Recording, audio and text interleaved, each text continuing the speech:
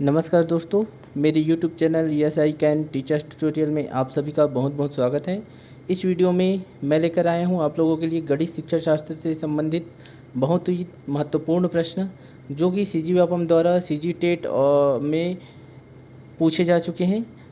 तो चलिए हम लोग देखते हैं। इसमें मैं नंबर को जो है यथावत रखा हूँ क्योंकि आप लोगों को जो है आंसर पे कन्फ्यूजन होता है कि ये यूट्यूब चैनल वाला ये ऐसा बनाया है या बुक में ऐसा दिया हुआ है, और आप लोग फिर कमेंट करते हैं कि ये ऐसा गलत है ना। तो मैं इसमें जो भी आंसर लूँगा वो सारा जो है सीजी व्यापम द्वारा लिए गए आंसर के हिसाब से आंसर लूँगा।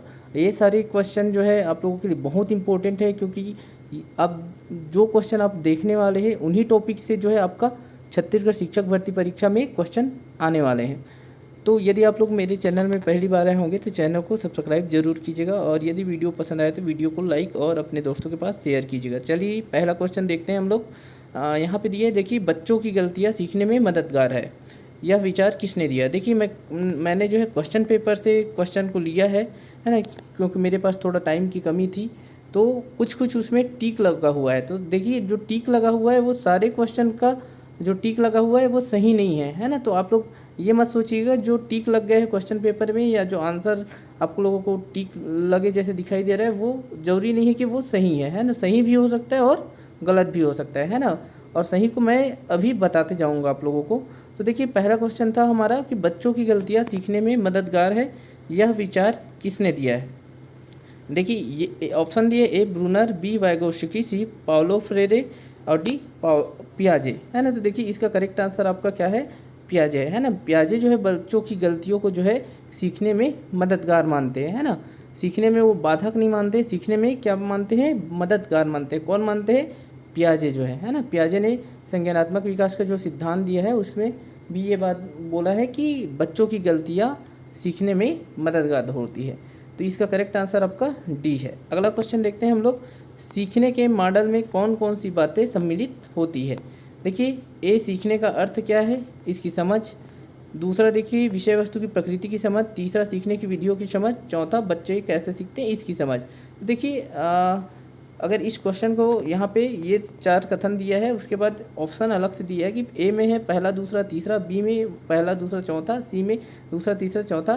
तो देखिए अगर इसको हम लोग देखेंगे है ना, तो सीखने के जो मॉडल होते हैं उसमें कौन कौन सी बातें शामिल होती है। तो उसमें होते हैं आपका सीखने का अर्थ क्या है इसकी समझ है ना, पहला बिंदु शामिल होता है। फिर दूसरा होता है विषय वस्तु की प्रकृति की समझ, ये भी शामिल होता है। और होता है आपका चौथा बच्चे कैसे सीखते हैं इसकी समझ है ना। तो इसका करेक्ट आंसर आपका क्या होगा, इसका करेक्ट आंसर होगा आपका बी ऑप्शन, इसका करेक्ट आंसर होगा पहला दूसरा चौथा। इसको मैं ऑथेंटिक रूप से आपको बता रहा हूँ अभी है ना। देखिए यहाँ पे आप लोग देख सकते हैं कि सीखने के मॉडल में क्या क्या शामिल है। देखिए बच्चे कैसे सीखते हैं की समझ, विषय वस्तु की प्रकृति की समझ और सीखना क्या है की समझ, ये तीनों जो है सीखने के मॉडल में शामिल होते हैं। यहाँ पे हम लोग इसको देख भी सकते हैं कि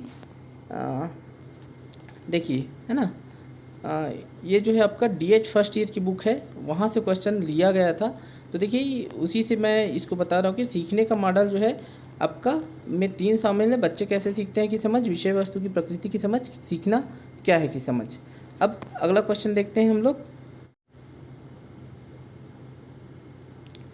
देखिए अगला क्वेश्चन आपका रचनावादी कक्षा की विशेषताएं हैं। अब देखिए यहाँ पे रचनावादी कक्षा की विशेषता क्या क्या है वो दिया है ना। फिर कथन दिया है, उसके बाद ऑप्शन अलग से दिया है। देखिए कथन क्या क्या है, शिक्षक खोजबीन करने में बच्चों की मदद करते हैं। दूसरा कथन है आपका बच्चों के पास अभ्यास करने के पर्याप्त अवसर होते हैं।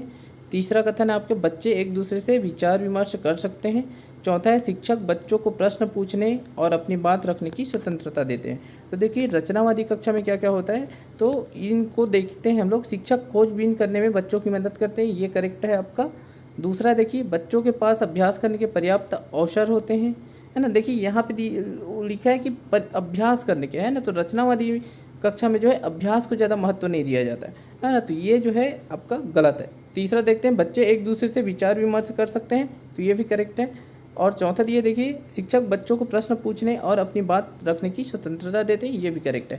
तो देखिए हमारा पहला तीसरा और चौथा जो कथन है वो करेक्ट है। तो अब देखिए इसमें आपका कौन सा ऑप्शन जो है सही होगा, पहला, दूसरा और चौथा कथन करेक्ट है। पहला है, दूसरा है और चौथा कथन नहीं, पहला है, तीसरा है और चौथा कथन करेक्ट है ना। तो देखिए ये ऑप्शन आपका सी जो है इसका करेक्ट आंसर होगा। ठीक है, रचनावादी कक्षा की विशेषता क्या क्या है ना।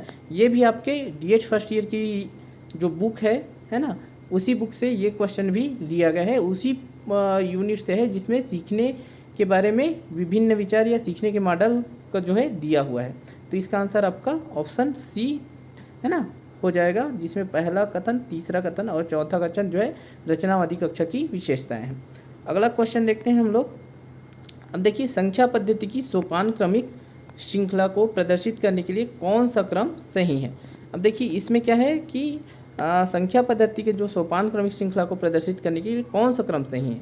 तो देखिए इसका आंसर आपका क्या हो सकता है। देखिए एन बराबर दी है प्राकृतिक संख्या है, डब्ल्यू बराबर पूर्ण संख्या, आप लोग जैसे जान रहोगे कि क्यू जो है परिमेय संख्या को डिनोट कर रहा है, जेड जो है पूर्णांक संख्या को डिनोट कर रहा है। तो देखिए इसमें से कौन सा जो है ऑप्शन सही होगा, है ना। तो देखिए सबसे पहले क्या आया था, सबसे पहले आपका प्राकृतिक संख्या को जानते हैं। प्राकृतिक संख्या के बाद क्या होता है कि प्राकृतिक संख्या में अगर शून्य मिला दे तो फिर हम पूर्ण संख्या हो जाता है, वो उसको दूसरा बार अध्ययन करते हैं ना। सबसे पहले क्या है, वस्तुओं के गिनने से कहाँ से प्रारंभ होता है, प्राकृतिक संख्या से।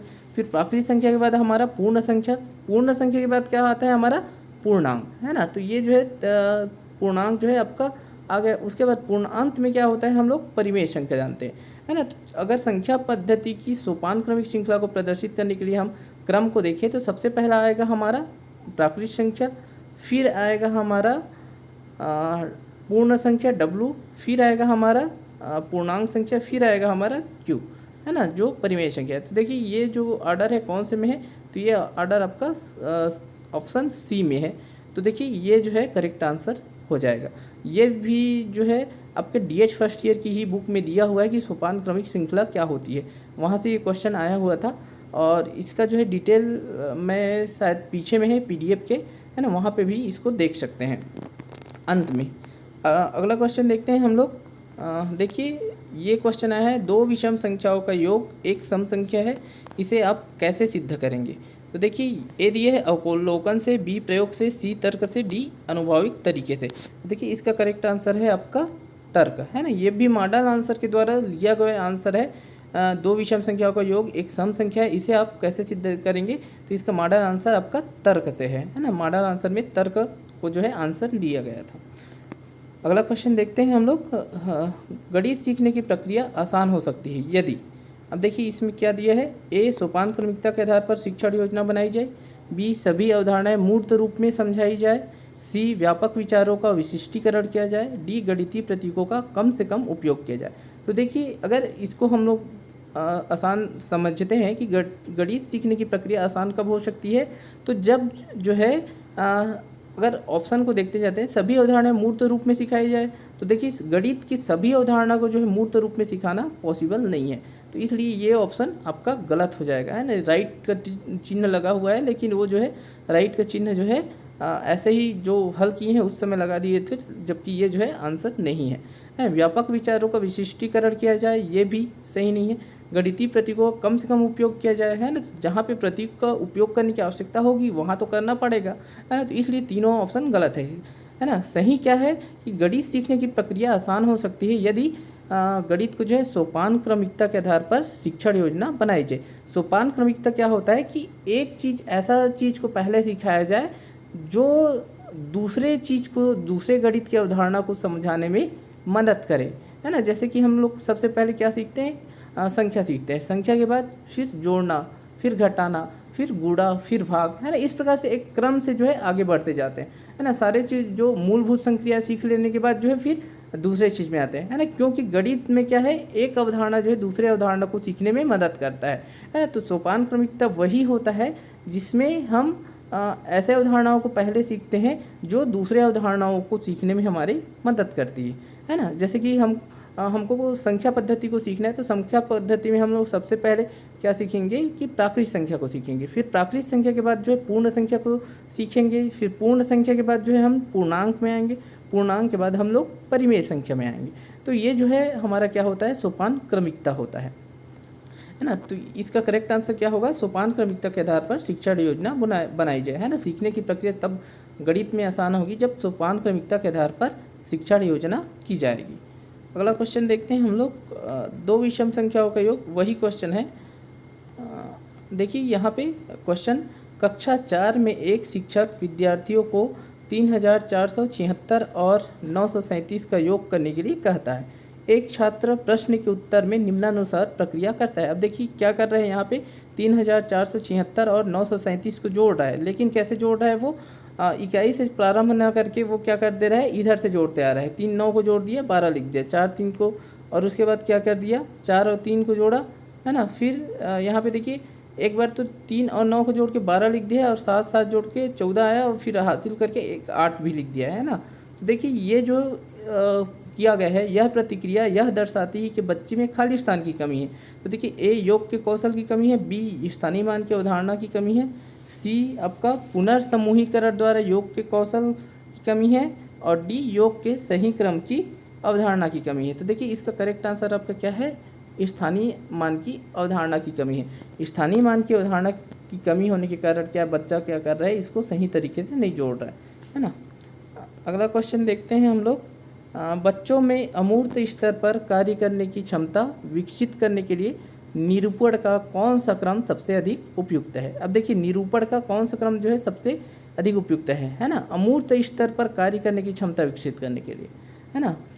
तो जो है इसका गणित सीखने का एक रूल होता है हमारा, जिसको बोलते हैं ELPS, है ना। ई का वो होता है एक्सपीरियंस, एल का होता है लैंग्वेज, पी से होता है पिक्चर, और एस से होता है सिंबल। तो गणित को सिखाने का हमारा, है ना, किसी भी अमूर्त चीज़ को सिखाना है या किसी भी गणितीय अवधारणा को सिखाना है, तो ये जो है हमारा गणित सिखाने का क्रम है ना। जिसमें हम एक्सपीरियंस कराते हैं, फिर लैंग्वेज, उसको लैंग्वेज में करते हैं, फिर पिक्चर, फिर सिंबल, है ना। मतलब बच्चे को क्या करते हैं, ठोस वस्तुओं के माध्यम से जो है एक्सपीरियंस देते हैं, फिर उस जो है किसी गणित की अवधारणा को समझाने के लिए पहले एक्सपीरियंस देने के बाद जो है उसको लैंग्वेज में व्यक्त करते हैं, फिर लैंग्वेज में करने के बाद जो है उसको पिक्चर द्वारा समझाते हैं, फिर पिक्चर के बाद अंत में क्या करते हैं, उसको जो है सिंबल के माध्यम से किसी गणितीय अवधारणा को समझाते हैं। तो ये जो है हमारा गणित सीखने का एक क्रम होता है ना।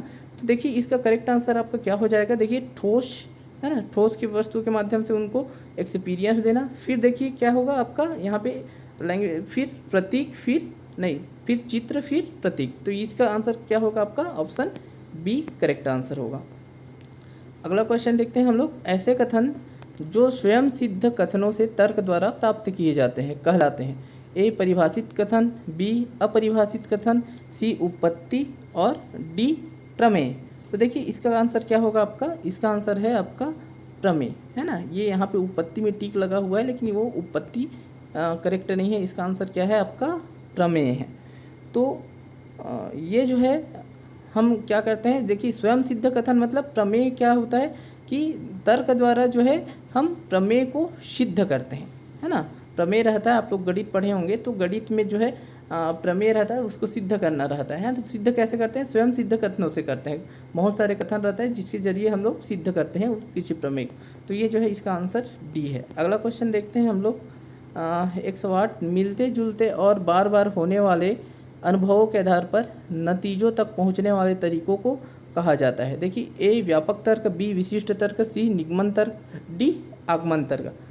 तो देखिए इसका करेक्ट आंसर है आपका आगमन तर्क। आगमन में क्या होता है कि हम जो है उदाहरणों के विभिन्न उदाहरणों के माध्यम से हम लोग किसी निष्कर्ष पे पहुँचते हैं। तो वही चीज़ यहाँ पे भी लिखा हो कि मिलते जुलते और बार बार होने वाले अनुभवों के आधार पर नतीजों तक पहुँचने वाले तरीकों को कहा जाता है आगमन तर्क।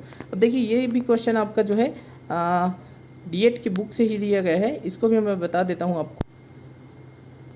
देखिए ये जो है मैं डीएड की बुक को जो है हाईलाइट किया हूँ, है ना। यहाँ पे स्पष्ट लिखा हुआ है, सेम जो क्वेश्चन में आया हुआ है वही शब्द यहाँ पे लिखा हुआ है, मिलते जुलते बार बार होने वाले अनुभवों के आधार पर नतीजों पर पहुँचने के इस तरीकों को आगमन तर्क कहा जाता है ना। यही क्वेश्चन जो है आपके एग्जाम में आया हुआ था। ये जो है डीएड फर्स्ट ईयर की मैथ की बुक है ना। तो इसका आंसर आपका आगमन तर्क है। अगला क्वेश्चन देखते हैं हम लोग,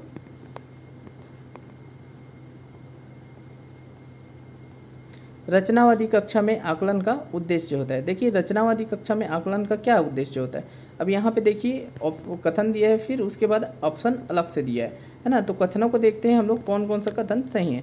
बच्चों को सोचने के लिए प्रेरित करना, ये भी करेक्ट है। सीखने में उनकी मदद करना, ये भी करेक्ट है। वे किस तरह सोच रहे हैं यह समझने में शिक्षक की मदद करना, ये भी करेक्ट है। बच्चों को बताना कि वे क्या नहीं सीख पाए, तो देखिए ये करेक्ट नहीं है। रचनावादी कक्षा में आकलन के ये उद्देश्य नहीं है कि बच्चों को बताया जाए कि तुम ये जो है नहीं सीख पा रहे हो, है ना, या नहीं सीख पाए हो। तो देखिए कौन सा करेक्ट आंसर हो जाएगा हमारा, ऑप्शन ए जो है करेक्ट आंसर हो जाएगा। पहला, दूसरा, तीसरा कथन सही है। अगला क्वेश्चन देखते हैं हम लोग, सही कथन चुनिए। अब देखिए इसमें सही कथन आपको चुनना है।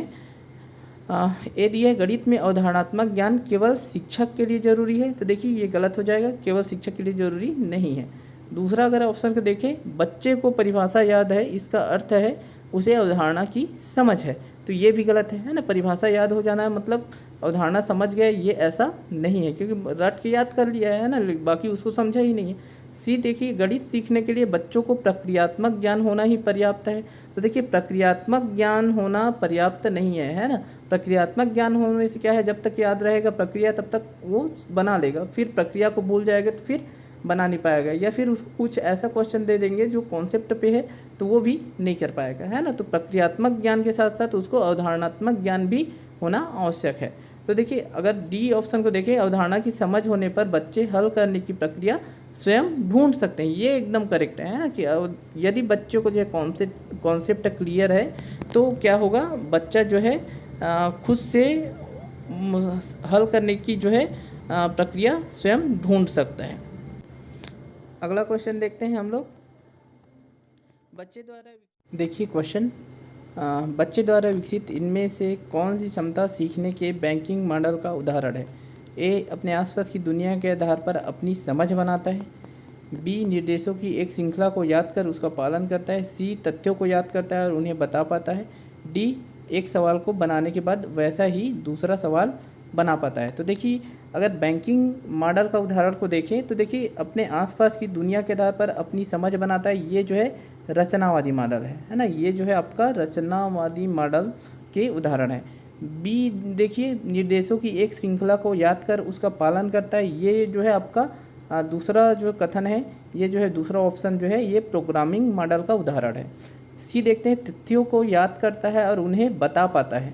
तो देखिए तथ्यों को याद करता है और उन्हें बता पाता है, ये जो है करेक्ट है, ये जो है आपका बैंकिंग मॉडल का उदाहरण है। क्योंकि बैंकिंग मॉडल क्या होता है कि जानकारी या ज्ञान को जो है याद करना, है ना, फिर उसको ज़रूरत पड़ने पे बता देना है या निकाल देना। जैसे कि बैंक में क्या होता है, बैंक में पैसा जमा करते हैं, ज़रूरत होने पे निकाल देते हैं, उसी प्रकार ज्ञान या जानकारी को दिमाग में याद करना है, उसके बाद फिर उसको ज़रूरत होने पर निकाल देना है। मतलब बैंकिंग मॉडल में रटना और सीखना को एक ही माना जाता है। अगर ऑप्शन डी को देखते हैं, एक सवाल को बनाने के बाद वैसा ही दूसरा सवाल बना पाता है, तो ये भी आपका प्रोग्रामिंग मॉडल हो जाएगा अगर डी ऑप्शन को देखें। तो करेक्ट आंसर इसका ऑप्शन सी है, तथ्यों को याद करता है और उन्हें बता पाता है।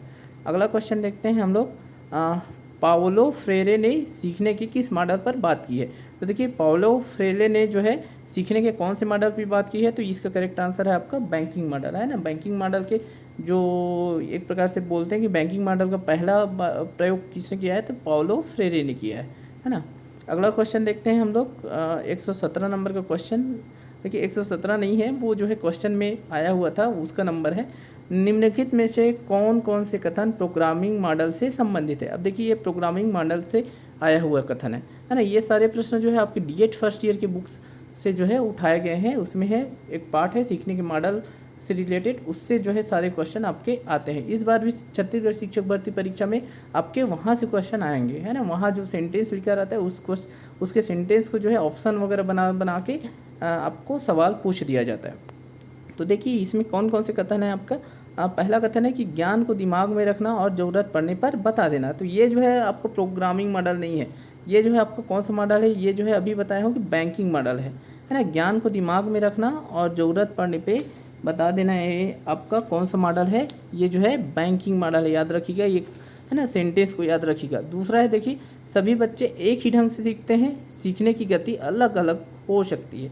तो ये जो है आपका प्रोग्रामिंग मॉडल का आंसर है ना। ये जो है दूसरा कथन जो है आपका प्रोग्रामिंग मॉडल के अंतर्गत आता है ना। पहला कथन आपका बैंकिंग मॉडल है। अगर तीसरा को देखें, बच्चे सीखने की प्रक्रिया में सक्रिय रूप से शामिल होते हैं। और चौथा, सीखना टुकड़ों में होता है। देखिए, बच्चे सीखने की प्रक्रिया में सक्रिय रूप से शामिल होते हैं, ये जो है आपका रचनावादी मॉडल का है ना। तीसरा कथन जो है आपका रचनावादी मॉडल का है। चौथा कथन जो है सीखना टुकड़ों में होता है, ये भी जो है आपका प्रोग्रामिंग मॉडल का है। प्रोग्राम जैसे एक स्टेप बाय स्टेप रहता है ना, वो इसी प्रकार से प्रोग्रामिंग मॉडल क्या बोलता है कि सीखना जो है टुकड़ों में होता है ना, स्टेप बाय स्टेप होता है। और सभी बच्चे एक ही ढंग से सीखते हैं, बस उनकी जो गति है वो अलग अलग हो सकती है। ये दोनों जो है मानना किनका है, प्रोग्रामिंग मॉडल जो है ना। तो इसके लिए आंसर क्या हो जाएगा, दूसरा और चौथा वाला जो ऑप्शन होगा वो जो है करेक्ट आंसर होगा। देखिए ऑप्शन ए जो है इसका करेक्ट आंसर है। अगला क्वेश्चन देखते हैं आपका। देखिए क्वेश्चन, 3 भिन्न बिंदुओं का उपयोग करके निम्न में से कौन सी आकृति नहीं बनाई जा सकती। अब देखिए 3 बिंदु होंगे आपके पास, उसमें से 3 बिंदु को उपयोग करना है आपको, है ना, चाहे कहीं पे भी उपयोग करें, और उससे जो है कौन सी आकृति नहीं बनाई जा सकती। तो देखिए सरल रेखा बनाई जा सकती है इन 3 बिंदुओं को मिला के, है ना। उसी प्रकार से इन 3 बिंदुओं को मिला के अगर हम त्रिभुज बनाना चाहे त्रिभुज बना सकते हैं। उसी प्रकार से कोण बनाना चाहे तो कोण भी बना सकते हैं, है ना। लेकिन क्या नहीं बना सकते हम लोग, शंकु नहीं बना सकते। 3 बिंदुओं से का उपयोग करके हम लोग शंकु नहीं बना सकते, केवल 3 बिंदु उपयोग करना है, तो ये जो है आप नहीं बना सकते। अब देखिए अगला क्वेश्चन देखते हैं हम लोग। गणित शिक्षण की सबसे बड़ी समस्या है ना। ए, छात्रों की सीखने की क्षमता, बी, क्लासरूम ऑपरेशन, सी, शासकीय मापदंडों का अनुसरण, डी, अन्य कार्यों का अतिरिक्त भार। तो देखिए गणित शिक्षण की सबसे बड़ी समस्या क्या है, हमारा क्लासरूम ऑपरेशन, है ना। कि क्लासरूम में जो ऑपरेशन होगा उसको वो जो है सही तरीके से हो, उसको बच्चे समझ पाए, है ना। ये जो है मेन समस्या है कि जो कक्षा में ऑपरेशन होना है, गणित से संबंधित जो सिखाया जाना है वो जो है सही तरीके से हो, है ना। करेक्ट आंसर बी है। अगला क्वेश्चन देखते हैं हम लोग। पढ़ने सीखने का संसाधन जियोजेब्रा का उपयोग खाली स्थान द्वारा नहीं किया जा सकता। तो देखिए जियोजेब्रा एक सॉफ्टवेयर है जो आपको क्या करता है, ज्यामिति, बीजगणित, कैलकुलेशन संबंधित जो है आपको मतलब सिखाता है ना। तो उसका जो है जियोजेब्रा चूँकि एक सॉफ्टवेयर है ना। और सॉफ्टवेयर का उपयोग कौन कर सकता है, अंधे कर सकते हैं क्या। तो ये जो है इसका आंसर आपका सी करेक्ट हो जाएगा कि अंधे, है ना। लंगड़े यहाँ पे ऑप्शन दिया हुआ है, तो ये सारे लोग लंगड़ों, फिर दिया है बहरों और गूंगों और लड़कियों दिया है ना। तो ये सारे लोग जियोजेब्रा का उपयोग कर सकते हैं। कौन नहीं कर सकते, आपके जिनको दिखाई नहीं देता है ना, वो नहीं कर सकते, ऑप्शन सी। अगला क्वेश्चन देखते हैं हम लोग। वही क्वेश्चन है। देखिए गणित के पुस्तक का प्रत्येक अध्याय अभ्यास प्रश्नावली से अंत होता है ना। इसके पीछे की अवधारणा क्या है ना, कि गणित का जो पुस्तक रहता है उसके प्रत्येक अध्याय के अंत में क्या रहता है, अभ्यास प्रश्नावली दिया रहता है ना। इसके जो पीछे की अवधारणा क्या है, ए, सीखने का अवसर बढ़ाना, बी, एकाग्रता को बदलना, सी, समय का उपयोग, डी, मज़ा और आनंद देना। तो देखिए इसके जो गणित के प्रत्येक चैप्टर के अंत में जो है उससे रिलेटेड प्रैक्टिस क्वेश्चन होते हैं, अभ्यास प्रश्नावली होते हैं। उसके पीछे की अवधारणा ये है कि बच्चे को जो है सीखने के अवसर और मिल पाए, है ना। तो इसका करेक्ट आंसर है हमारा सीखने का अवसर बढ़ाना, है ना, ताकि बच्चा जो सीखा है उसको फिर से प्रैक्टिस कर पाए, उसके पास और सीखने के अवसर हो। तो इसका आंसर ए है। अगला क्वेश्चन देखते हैं हम लोग। उच्चतर कक्षाओं के सवालों की चर्चा प्राथमिक स्तर पर करने का तात्पर्य है। ए, आगे पढ़ने के लिए दिलचस्पी पैदा करना, बी, उनके कम ज्ञान के लिए हतोत्साहित करना, सी, धीमा सीखने की स्थिति से विचलित करना, डी, अपना ज्ञान छात्रों को प्रदर्शित करना। तो देखिए जो हायर कक्षा है ना, उसके सवालों की चर्चा आप प्राइमरी स्तर में करते हैं, प्राइमरी कक्षा में करते हैं। तो इससे क्या होता है, आपको आगे पढ़ने के लिए दिलचस्पी पैदा करना है। ये जो है इसका करेक्ट आंसर है कि उससे जो है बच्चों में जो है दिलचस्पी पैदा होती है कि वो जो है आगे पढ़ने में रुचि लेंगे, है ना। उनके कम ज्ञान के लिए हतोत्साहित करना, तो देखिए हतोत्साहित करना तो कोई ऑप्शन है ही नहीं, है ना, सही होता ही नहीं। धीमा सीखने की स्थिति से विचलित करना, ये भी विचलित करना नहीं है ना। अपना ज्ञान छात्रों को प्रदर्शित करना, तो ये भी नहीं। क्या है, आगे पढ़ने के लिए बच्चों में जो है दिलचस्पी पैदा करना, है ना, कि बच्चे जो है उच्च कक्षा पढ़ने के लिए उनमें जिज्ञासा पैदा हो। ये जो है उसका करेक्ट आंसर है। तो दोस्तों इस वीडियो में इतना ही। यदि वीडियो पसंद आए तो वीडियो को शेयर और लाइक ज़रूर कीजिएगा। और गणित पेडागोजी से संबंधित मेरे यूट्यूब चैनल में और अन्य वीडियोज़ भी है, और आने वाले दिनों में भी आपको कुछ वीडियोस देखने को मिलेगा। यदि आप लोग मेरे वीडियोस को देख लेते हैं तो बहुत हद तक आप जो है छत्तीसगढ़ शिक्षक भर्ती परीक्षा होने वाली है उसमें जो है क्वेश्चन को सही करके आएंगे। और इंग्लिश पेडागोजी से संबंधित भी क्वेश्चन वीडियोस मेरे यूट्यूब चैनल में डाला हुआ है, वो भी आप लोगों के लिए बहुत ही महत्वपूर्ण होने वाले हैं, तो उनको भी आप एक बार ज़रूर देखिएगा। धन्यवाद।